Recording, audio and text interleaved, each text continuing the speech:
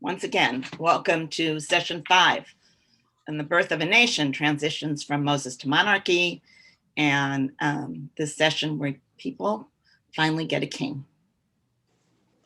Another thing that I failed to mention is one of the things that I also really like to do is to look at biblical art, just to see the different periods and to see how biblical stories were represented in different periods.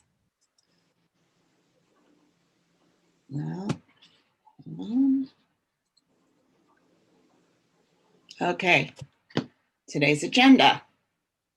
We're going to review very quickly session 4. We're going to talk about Eli and Hannah and the birth of Samuel. We're going to talk about Hannah's song, which I'll explain when we get there. A review of the life of Samuel, and the people request a king and what the Bible says about kings. So quickly, in session 4, we looked at the final words of Joshua, and Joshua telling the people that it was time for him to go, and basically assigning the tribes their lands. And it was a fairly peaceful transition until we got to the book of Judges. And the book of Judges, as we discovered, was a very chaotic period. And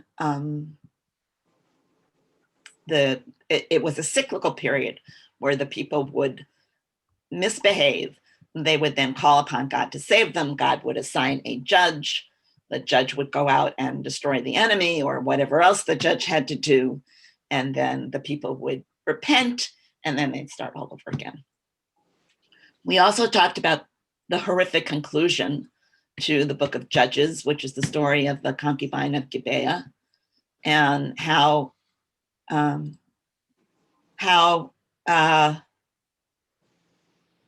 this is a horrific story in which the concubine is raped and ends up basically dead on the doorway of the man who hosted her husband and who threw her out of his house. And then she's gang raped. And her husband takes her home and cuts her into 12 pieces and sends them to the tribes. And basically the lesson seems to be, this is what's going to happen in the period, if this period of the Judges, this chaotic period, continues. We also looked at the downfall of the priestly house of Eli, which is another very unpleasant story where Eli's sons don't totally ignore him, and they take their own meat from the people's sacrifices and behave poorly with the women who guarded the temple. And it's another example of the chaos that had extended even to the most high in society. So we ended on a very horrific note, and something had to be done.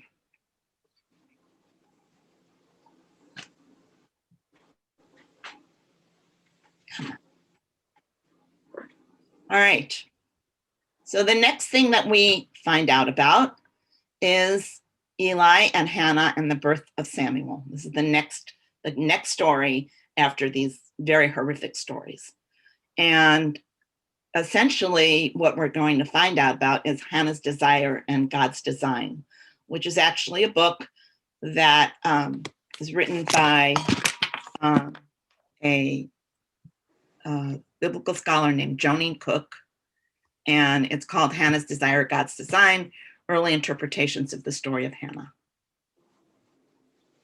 Okay, so Hannah, we'll go over the story quickly, was one of 2 wives of Elkanah, who was, where we find out, an Ephrathite.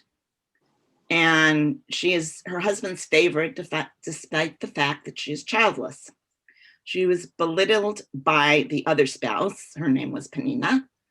And she fails to gain sympathy from her husband, who asks if he isn't better to her than 10 sons.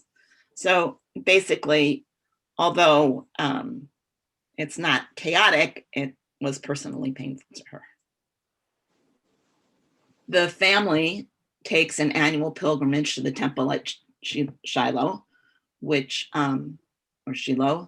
which we know from our little discussions of Eli last week. And this event precedes what we spoke about last week. So they went to the temple of Shiloh every year, or Shiloh, as they were supposed to. And in this particular year, the very bitter Hannah prays in her heart for God for a child.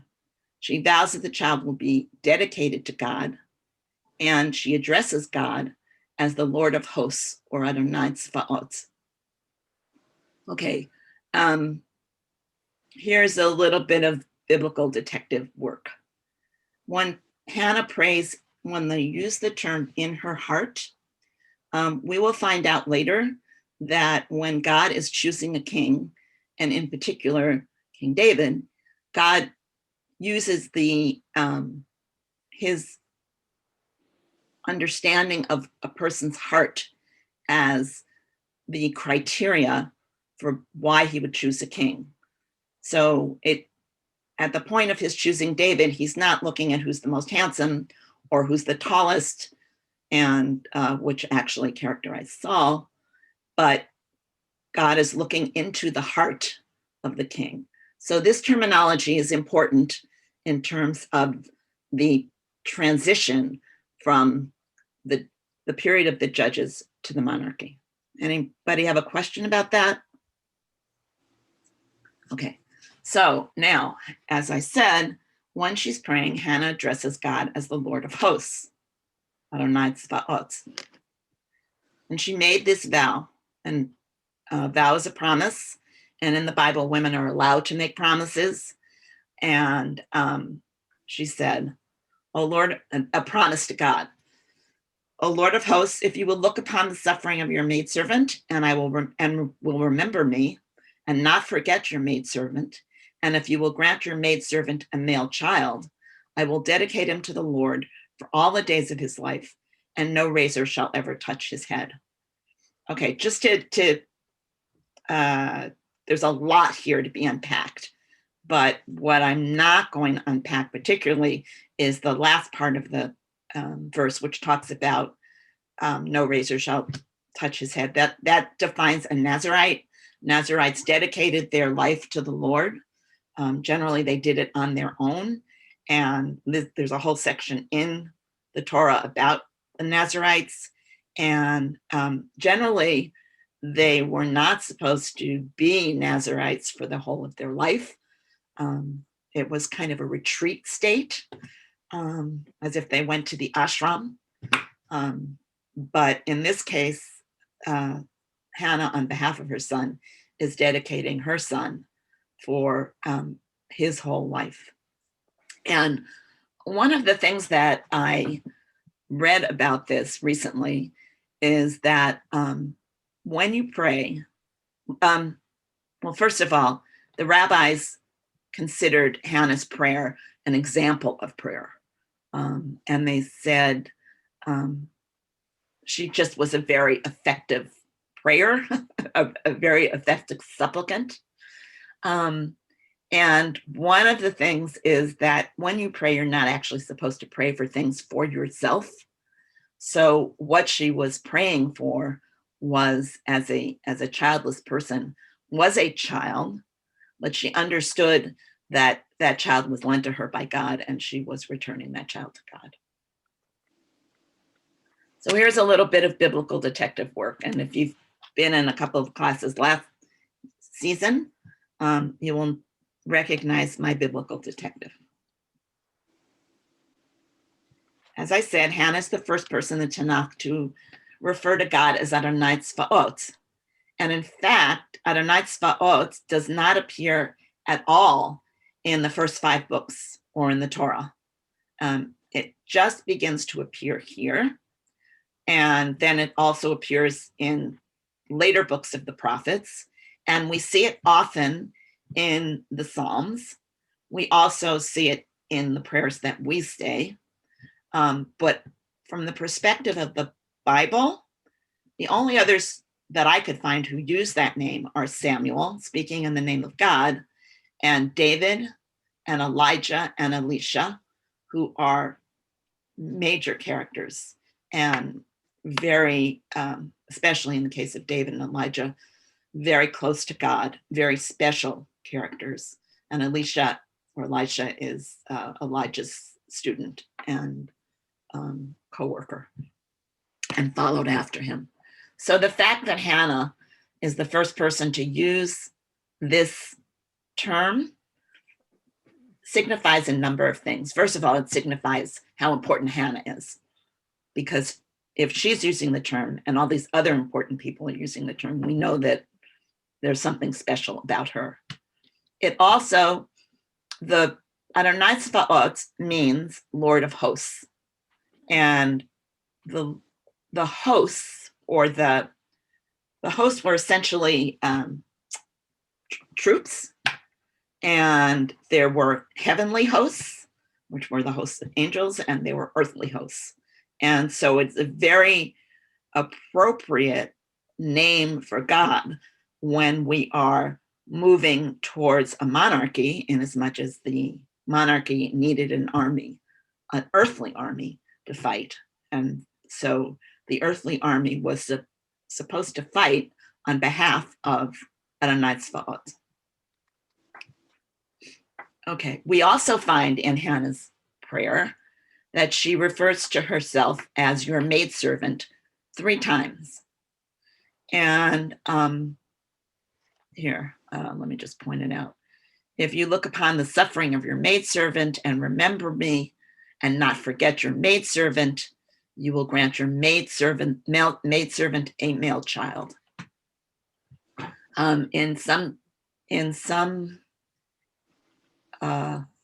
Sorry, let me go back.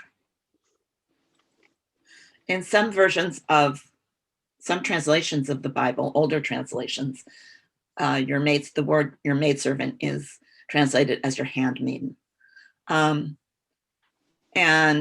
what's interesting here is when when Hannah is imploring God, she's using a term that other women used in addressing David, particularly a character called Abigail, who addressed David in that way. And it was a way of honoring. It was a term of honor. So again, we're seeing the connection here between Hannah and David. And so we're seeing that this is a transition story.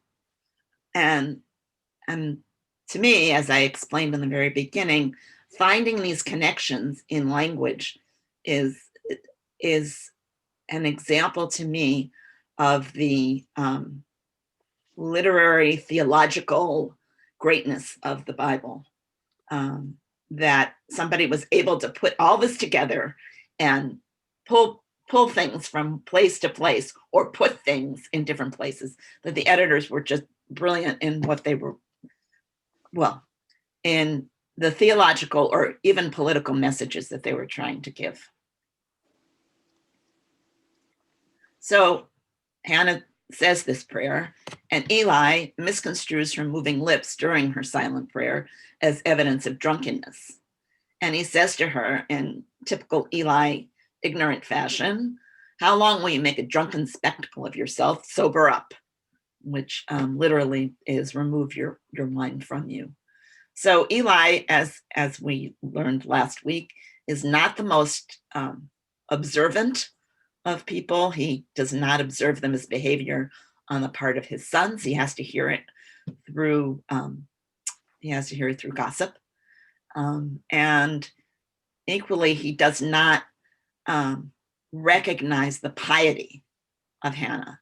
Now, as one of the sources that I was reviewing pointed out, women were allowed to pray. This indicates us that he didn't throw her out because she was a woman. Women were allowed to pray. And he probably saw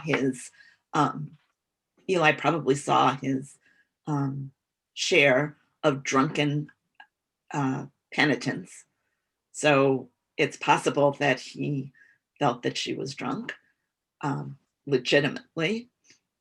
And also, and I thought this was really interesting, we know probably in ancient times and even until modern times, when women are distressed, particularly ancient Near East, you will hear them ululate, and it'll be very loud, and they do so when they're in a funeral.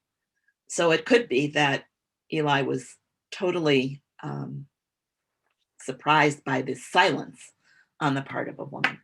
And in fact, the rabbis have, as I said, they've admired Hannah's prayer, and they use her as the model for silent prayer. So Hannah replies to Eli, "Oh no, my lord, I am a very unhappy woman. I have drunk no wine or other strong drink, but I have been pouring out my heart to the Lord. Do not take your maidservant for a worthless woman, a bat Belial. I have only been speaking all this time out of my great anguish and distress." So Hannah, it's like somebody insults you, and rather than taking offense, she very cleverly honors Eli and basically speaks to him as with respect.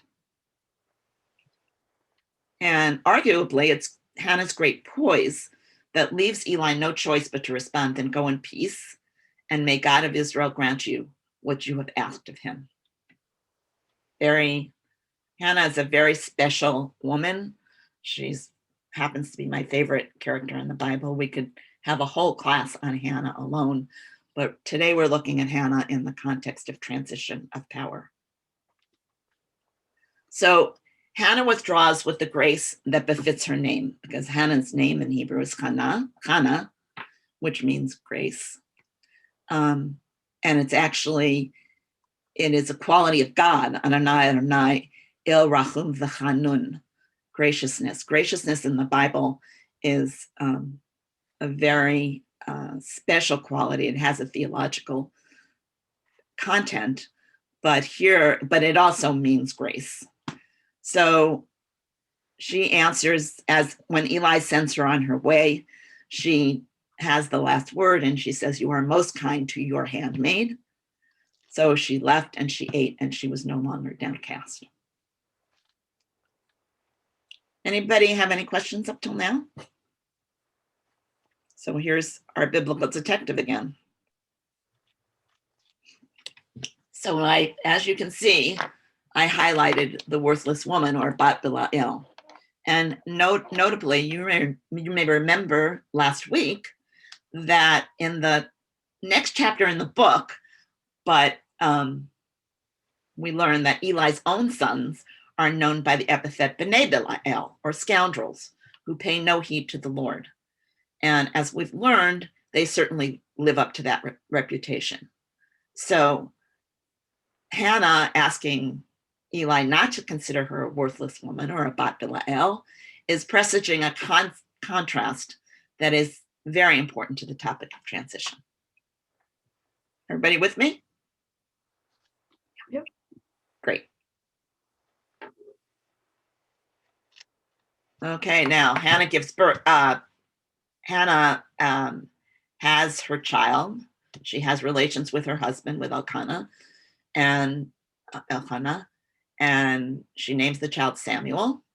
And when she weans him, she takes him back to Shiloh and presents him to Eli. So what we learned from this is that Hannah basically was in charge of the child. There are women who name their children, but it's a very important part of somebody's existence who names them, and it shows the real relation between the person and who names them. And she's also the one, it says that she's the one who takes him back and presents him to Eli. That's not to say that the rest of her family didn't go up to give their sacrifices, but she's the one who's the primary character here. And she says to Eli, "This is the boy I prayed for, and the Lord has granted me what I asked of him. I, in turn, hereby lend him to the Lord. For as long as he lives, he is linked to the Lord." And the nice thing about this is then Hannah goes back and has more children. So her vow is well accepted by God. The next chapter in Hannah's story consists of a prayer or psalm, which is purportedly said by Hannah in the Bible, but which is generally thought by scholars to have been inserted by later editors. It ends with the following. The foes of the Lord shall be shattered. He will thunder against them in the heavens, and the Lord will judge the ends of the earth. He will give power to his king and triumph to his anointed one. So here we see that Hannah's psalm, which I'll discuss a little bit more next, ends with this transition to a king. There's really no reason for Hannah in her thankfulness for a child would mention the king. So we know that this is probably inserted, and we know that it's probably both a theological and political statement. So from the perspective of transition of biblical leadership, Hannah's psalm foreshadows the kingship and suggests its advent. So now we go to our friend, Tikva Frymer-Kensky, and what she has to say about Hannah. Regarding the significance of this psalm, she writes, somebody want to read, please, other than me? I need a break. Judy, you're always good at it. No? Is everybody there? Judy, you're on mute. Well, Judy, you're on mute if you want to read. Okay. Okay, there you go. Okay. Hannah's psalm is appropriate for it talks about the joy and exaltation of the speaker, the barren woman becoming the mother of many, and the lowly being exalted. Kensky adds, the psalm's significance goes beyond Hannah's personal situation, for it has particular significance at the opening of the book of Samuel. It relates to the key themes of the whole book. God reverses fortunes. God will exalt someone from the poor, first Samuel, then Saul, and then David, and he will bring the exalted down, also Saul. And the poem concludes with the essential message of the books of Samuel. He gives strength to his king, exalts the horn of his anointed one. As Hannah recites this psalms, she identifies her exaltation with the kings, and she also announces the coming of the kingship to Israel. Thank you very much, Judy. That was great. So Tikva Frymer-Kensky is always able, in one paragraph, to summarize what my fervid mind is trying to say. So I use her words because they're so easy. She is a master biblical detective, and she makes another perhaps surprising point. She notes that both the story of Hannah and the story of Ruth portend the establishment of an Israelite monarchy. Ruth, in fact, was King David's great-grandmother, and the story of Ruth takes place during the period of the Judges. And in fact, in the Christian Bible, it comes before 1 Samuel. So in the Christian Bible, you have Judges, and then Ruth, and then 1 Samuel. So Kensky concludes. Anybody? Joan, would you like to read?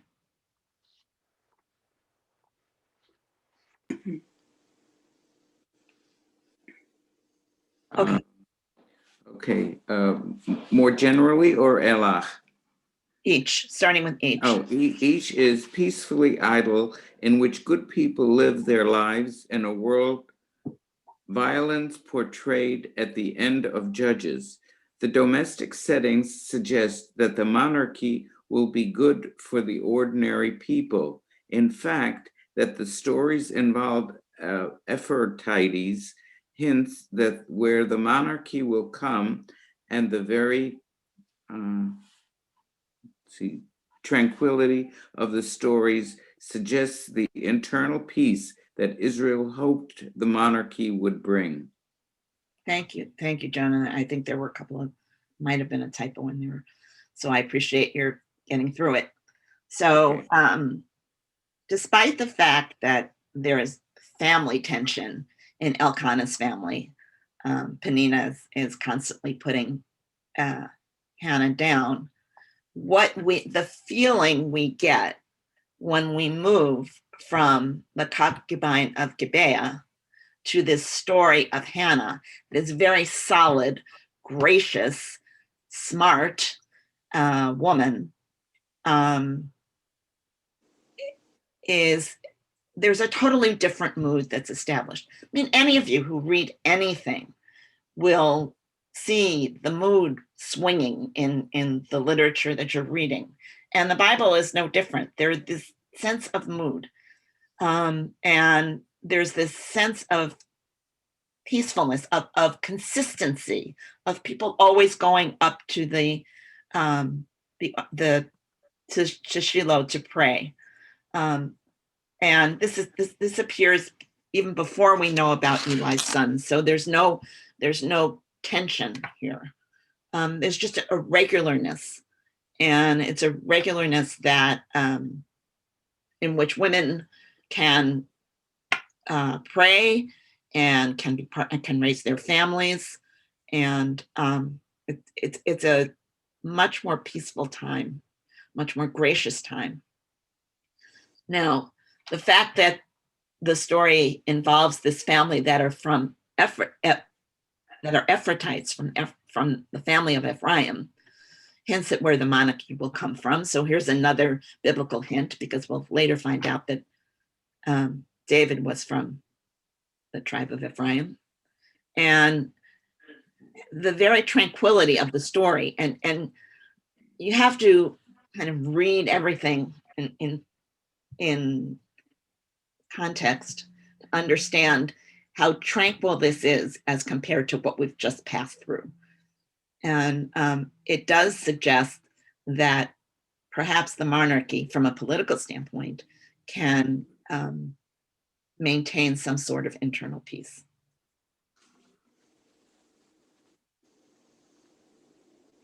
So let's review the life of Samuel. Now that we've got Samuel, what do we find out about him? We find out actually not a lot about Samuel. There are very few details about his life, but the ones that are there are quite significant. We find out that God is with Samuel. The Bible tells us that God was with Samuel, so God supported Samuel. Samuel grew up and the Lord was with him. He did not leave any of Samuel's predictions unfulfilled. All of Israel, from Dan to Beersheba, knew that Samuel was trustworthy as a prophet of the Lord. And again, as I explained last week, a prophet of the Lord is not someone who's necessarily predicting things, but is someone who is telling the people, speaking the word of the Lord to the people, and telling them how to govern their behavior according to the word of the Lord. The Bible also tells us that Samuel was respected by the people. And how do we know that?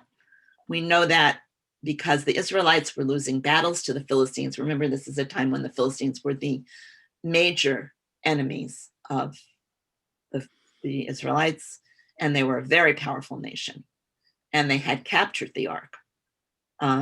So Samuel prophesied to the Israelites to abandon their worship of foreign gods in order to gain back the respect of the Lord, and respect the Lord in order to gain back his aid, which is, again, a theme throughout the book of Judges. And the people obeyed Samuel.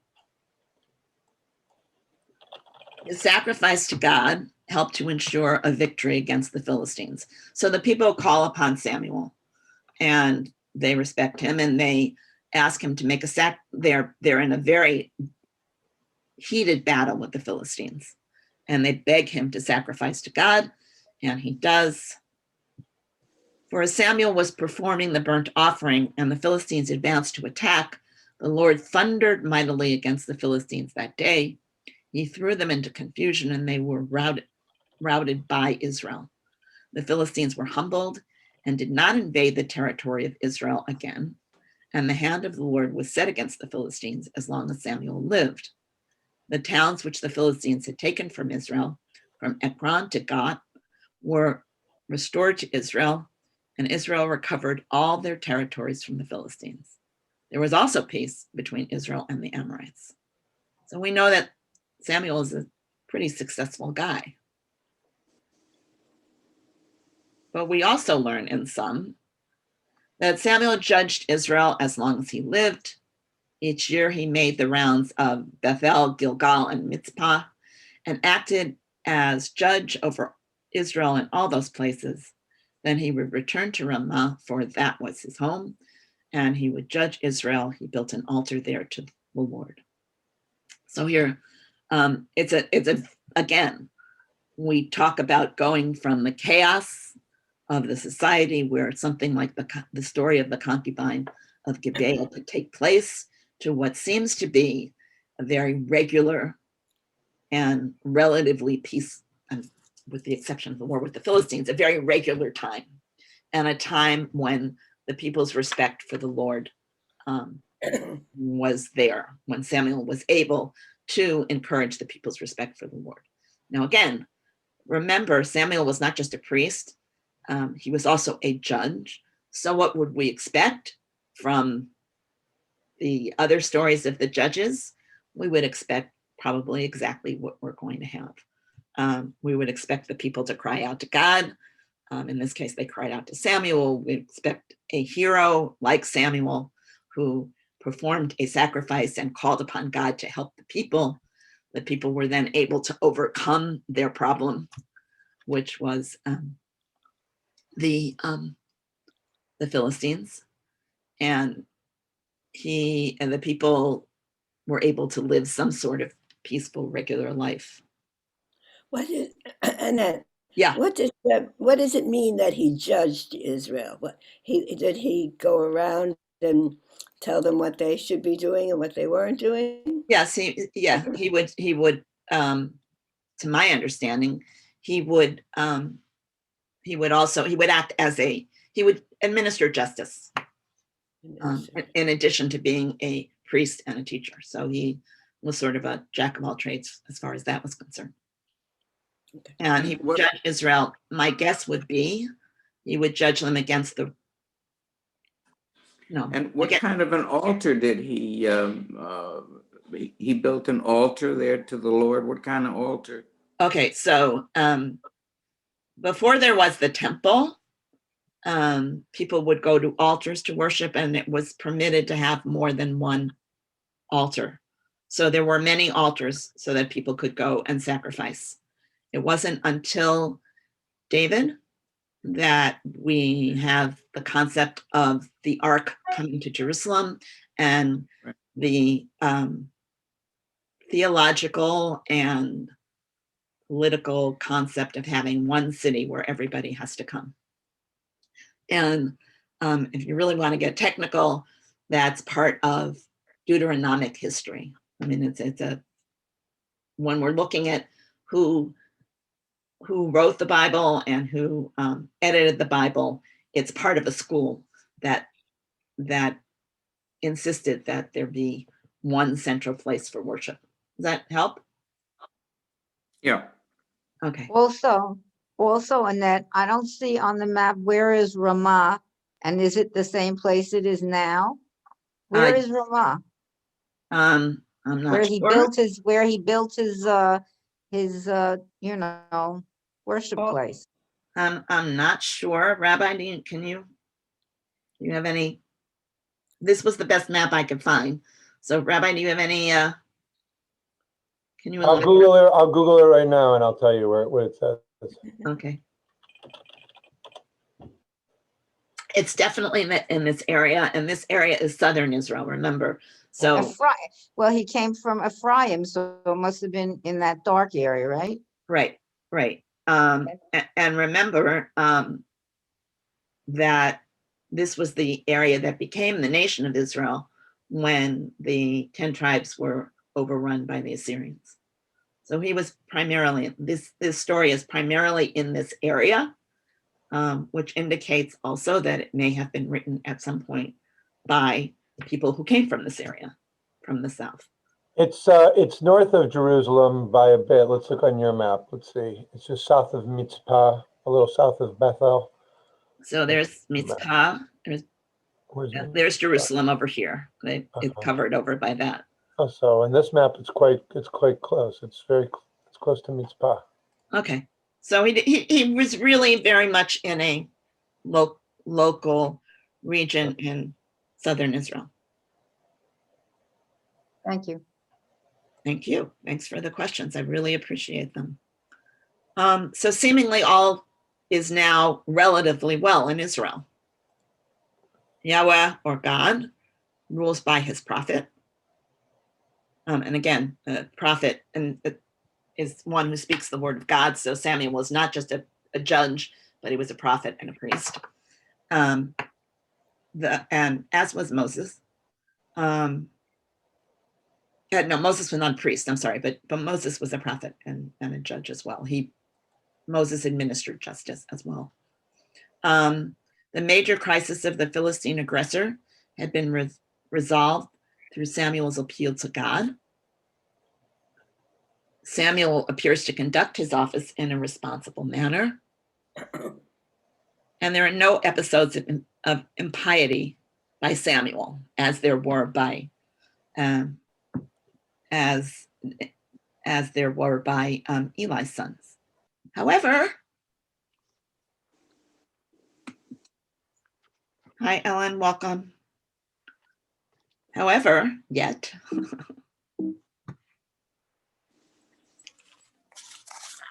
Samuel is truly a transitional character. I just want to point out that, as I said, I enjoy searching for art to present. And this book is from a Bible that is at the Morgan Library whenever we get a chance to go back there. And apparently it was commissioned by King Louis the IX of France in the mid-13th century. And what I read about this was that it was the first of its kind to have people wearing the clothes of the time. So it's one of the things that's interesting. And you can see too that the buildings are more in the fashion of French palaces or castles. So the topic of biblical art is something unto itself. And it's just a great deal of fun for me to find some illustrations for this. But in the meantime, Samuel is a truly transitional character. So as we say, everybody's doing fine, but guess what happened? When Samuel grew old, he appointed his sons judges over Israel, as would be the case. They were and the name of his firstborn son was Joel, and his second son's name was Abijah, and they sat as judges in Beersheba. But his sons, guess what? Did not follow his ways. They were bent on gain, they accepted bribes, and they subverted justice, or the word that's used in Hebrew is mishpat. Now, obviously there's some connection here between Eli's sons. We have to find something wrong with Samuel. And so we're going to use that sort of motif of the non-compliant sons. But when we look at what they did wrong, it's not the same level of impiety in the sense that there's not a physical grabbing of people's sacrifices. Rather, it seems to be more of an avaricious type of, it was avaricious, but not interfering with worship. So the people demand. All the elders of Israel assembled, and they came to Samuel at Ramah. And they said to him, "You have grown old, and your sons have not followed your ways. Therefore, appoint a king for us to govern us like all other nations." And if you remember, in the end of Judges, or in the end of the story of Eli, Eli is also referred to as having grown old, and also referred to as having grown fat. So here, at least, Samuel is only referred to as having grown old. So there's still a, despite the fact that the people are not, want to move on, there still seems to be some respect for Samuel's leader, for the leadership that Samuel had given them. And here's Samuel's response. Samuel was displeased that they said, "Give us a king to govern us." And Samuel prayed to God. And the Lord replied to Samuel, "Heed the demand of the people in everything they say, for it is not you that they have rejected, it is me that they have rejected as their king." Now, why do you think, what is it about what the people ask for that seems to indicate that they've rejected God? What do you see in what they say that may be a hint to that? Okay. At the end, when they say, govern us like all other nations. Oh, thank you, Rabbi. Govern us like all other nations. So in other words, it's not appoint a king for us as God may think right, but it's just they are demanding a king. They're not saying we respect God and we want a king so that we can defend God's name and God's glory in front of the other nations. They say, so essentially, now remember, they're in the period of war, so they really want a God that will also lead them in war. I have a comment here, Annette, because I haven't looked at this story in great detail in a while. And I don't know if there's any more about Samuel's reaction to his sons. But if he's anything like Eli and like many parents where they can't fully see their children's misdeeds and shortcomings, with the people asking for a king, it's also a rejection of his children. And maybe, does he know but not want to fully acknowledge, or does he acknowledge that his children have not followed his ways? There's that family dynamic as well.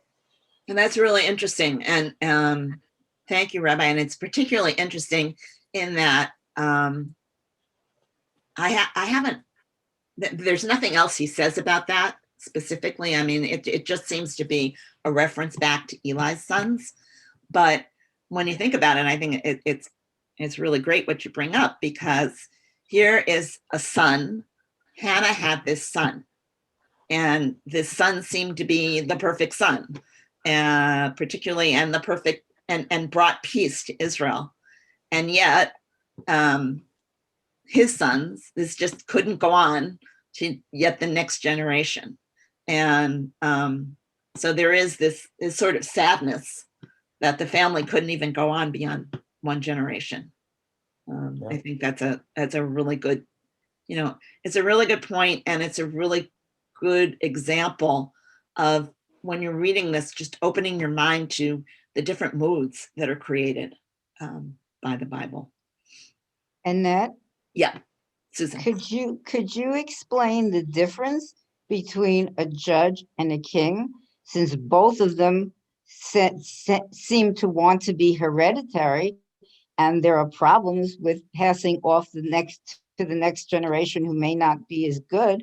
What will be the difference between a king and a judge? Really good question, and I hope I'll answer it in the next few slides. And yes, the priesthood was hereditary, but we're learning from here that it was an unsuccessful hereditary system. And in fact, Rabbi, I would, argue that Aaron had two sons and they failed. Eli had two sons and they failed. And Samuel now has two sons and they failed. So I would argue that maybe it's a polemic against the priestly class as a ruling class. You mean just the particular class, because the institution of kingship also involves passing it down in a hereditary way, and you still have the same problems of the offspring not necessarily meeting the standards. Right. So if you were a monarchist, right, and you were writing or editing this, right, your goal would be to show that heredity in the priesthood just didn't work. And rather than saying heredity doesn't work at all, it was focused on the priesthood. Is that what am I misstating, Rabbi? Or I mean, I don't know. That's like that's like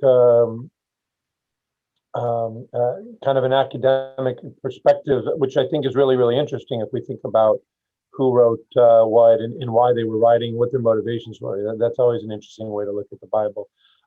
It just raises interesting questions, Susan, about we see you're absolutely right with kings. There's a lot of bad kings in Israel, and it's amazing that there are, the children of these judges. But the priesthood will be a family dynasty. It's also interesting that Moses's children don't take over for Moses. So the rabbis will compare and contrast these things. And they do say at one point, this is not in the Torah, it's more midrash, that Moses had jealousy of his brother because Aaron's position was one that was passed on to his children where Moses's wasn't. But perhaps it was, with Moses, it can't be because it just, it has to be based on merit. Otherwise, it's not going to work. Why it stayed with the priesthood, I'm not 100% sure. thank you. Thanks for all these great questions. And thank you, Rabbi. Yeah. Okay, so let's see, before we find out what happens in the rest of the story, or the rest of the narrative, excuse me, let's see what the Torah says about monarchs. In the final book of the Torah, Deuteronomy, God provides that if the people want a king after they settle the land, it is permitted, but God will choose the king.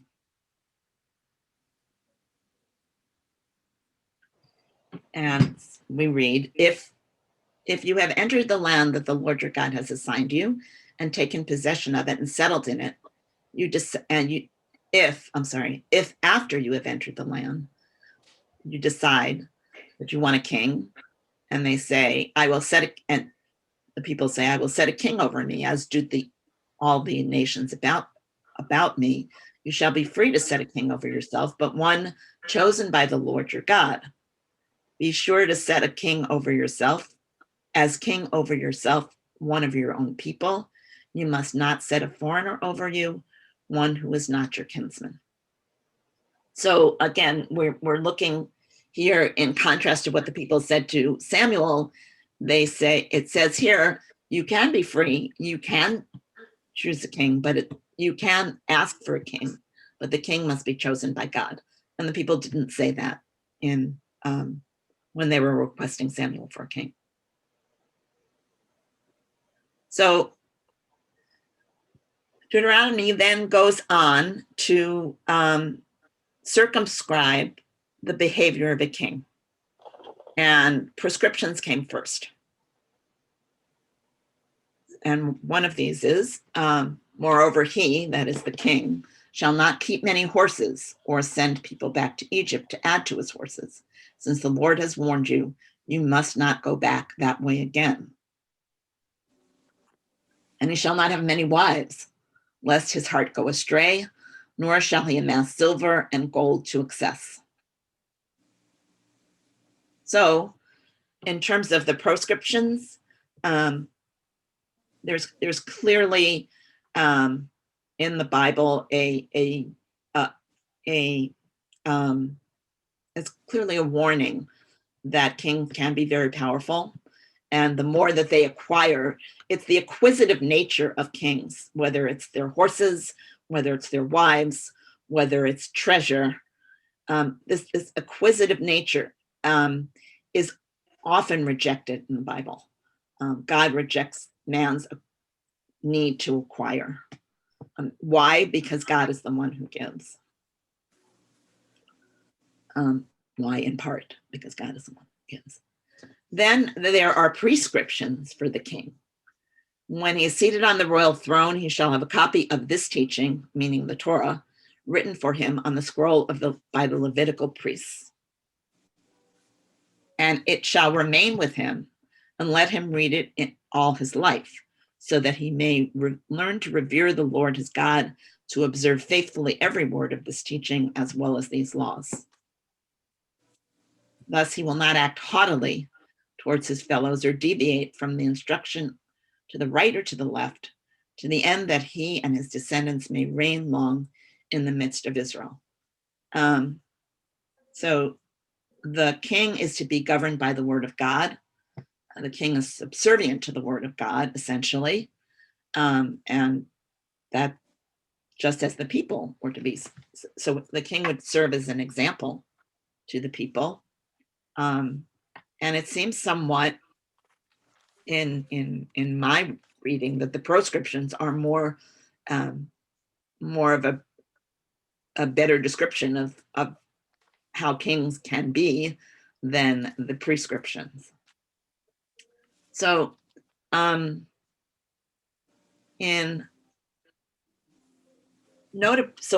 what else do we learn?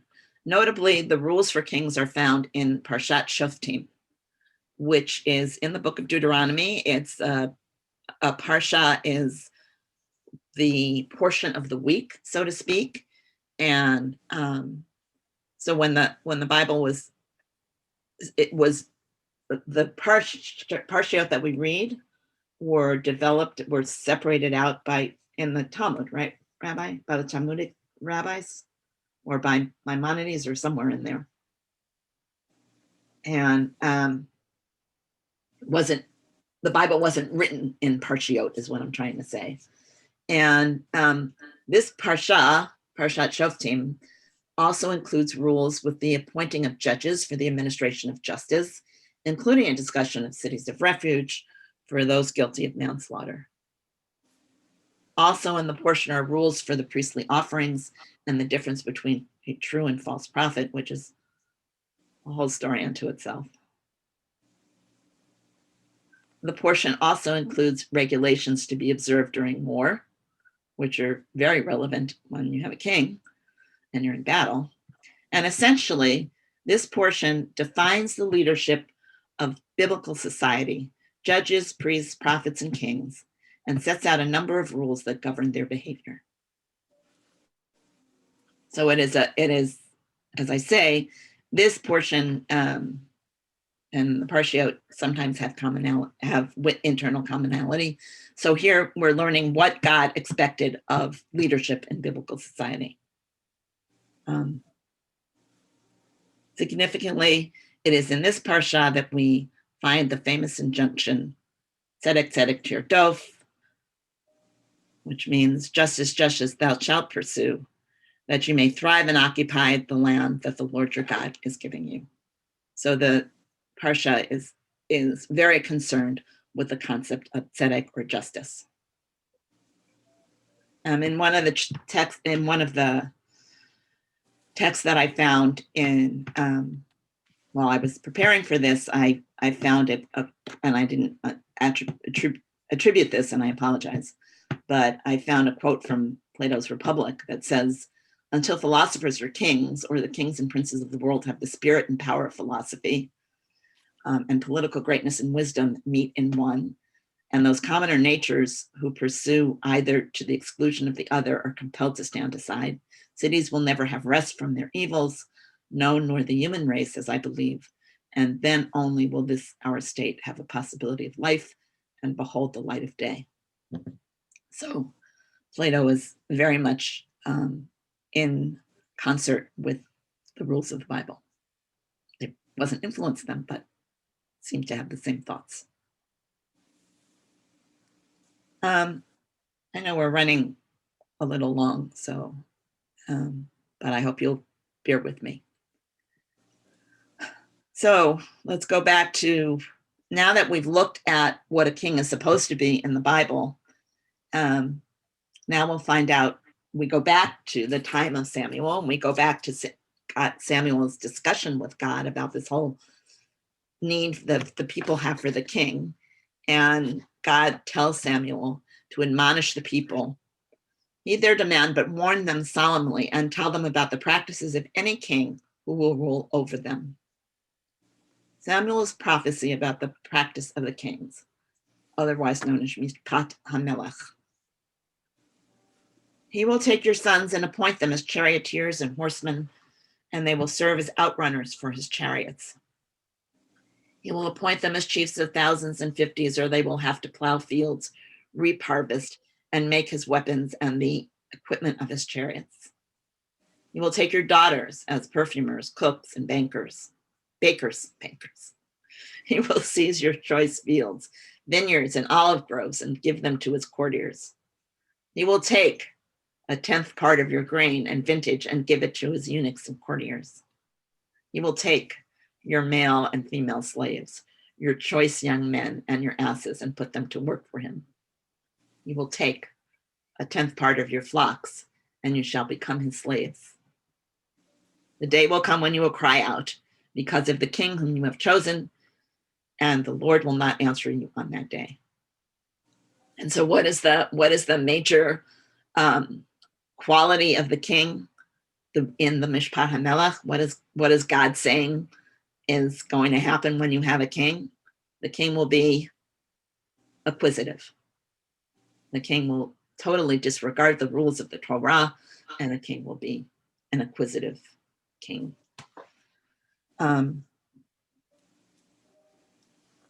But as happens in the cycle of the judges, the people know what's not good for themselves and they insist. But the people would not listen to Samuel's warning. No, they said, we must have a king over us, that they may be like the other nations. Let our king rule over us and go out at our head and fight our battles. When Samuel heard all that the people said, he reported it to the Lord. And the Lord said to Samuel, heed the demands and appoint them a king. And Samuel said to the men of Israel, all of you go home. Samuel just wasn't ready to deal with this at this point. Okay, so here's a little Annette, excuse me, Annette, but Yeah. they really did need a king. I mean, we know that the period of judges wasn't working out at all. Right. And I remember studying this with Rabbi Fine, who went through all of these so-called acquisitive things and said, this is what you need to have when you have a powerful central government that is going to take care of the people. So it reminds me of the story of the spies that God said, well, I didn't get to be the one to tell them to go. So now they're in trouble. So they need a king, but God didn't get there early enough to say, okay, I preemptively say they need a king. So now I don't like the whole idea. Well, or you can look at it. You're absolutely right. You're absolutely right. They did need a king. They were fighting enemies on all sides. And if they didn't have some sort of central leader, that was be a problem. It obviously wasn't successful when they were fighting as a confederation. I have to defer to Rabbi Fine on anything he says, to his scholarship. But the point is, and again, the major theme in the Bible is the people have to appeal to God. God has this need to be appealed to in order for him to work on behalf of the people. And so in the context of biblical literature, you had to wait for God to come and say, okay, they need this king. It's totally contrary to the theme of God's majesty for the people to just on their own be asking for a king. So yes, they needed a king, but that doesn't mean that this was going to go easily for them from the perspective of God's relationship with them. That helpful? Barbara? That helpful? Yes, thank you. Okay. I mean, is there something you want to follow up with? No. Okay. I'm just, there's this part of the Bible that just speaks to God as the one, and everything revolves around God and God's self. So it anything that's not directly honoring God is a problematic situation. And we know that God can work against people even when they are suffering. So here's a little more biblical detective work. The word mishpat, which we saw used twice here. Let's go back. We see the word mishpat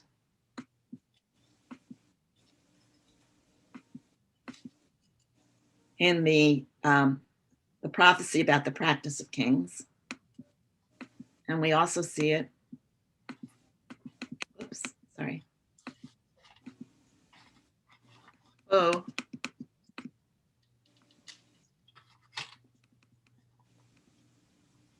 Well, we also see it somewhere else that I had on this. Oh, wait, hold on. We also see it when Samuel's sons subverted justice, or mishpat. So mishpat here has been generally translated as justice, whereas it's also used in Samuel's prophecy about the practice of kings, or mishpat hamelech. So the word also refers to practice. It refers to, in the Bible, if you use your concordance to understand the word mishpat, you'll find both practice and justice. But it's the same word. So I added this slide late, and that's why that's the problem. But I think it's a really interesting thing, and it goes to why I love studying Bible. So I looked up the word mishpat in my concordance, and I found that it's used in a very interesting place, in a very interesting context. It's used in a verse that immediately precedes the Sodom and Gomorrah story. And here God is describing Abraham. Now the Lord said to Abraham, shall I hide from Abraham? Now the Lord said, shall I hide from Abraham what I am about to do? Since Abraham has become a great and populous nation, and all of the nations of the earth are blessed by him. For I have singled him out, that he may instruct his children and his prosperity to keep the way of the Lord by doing what is just and right. And here the way of the Lord is also mishpat.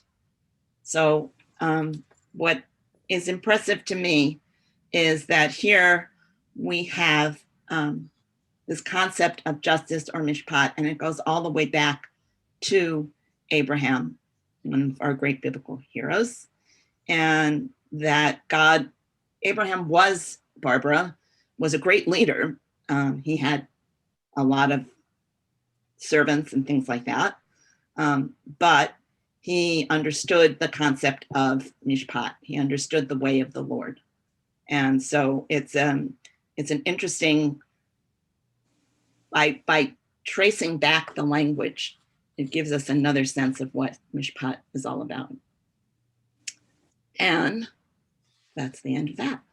So next week, our last class is about the advent of the monarchy and the reign of King Saul.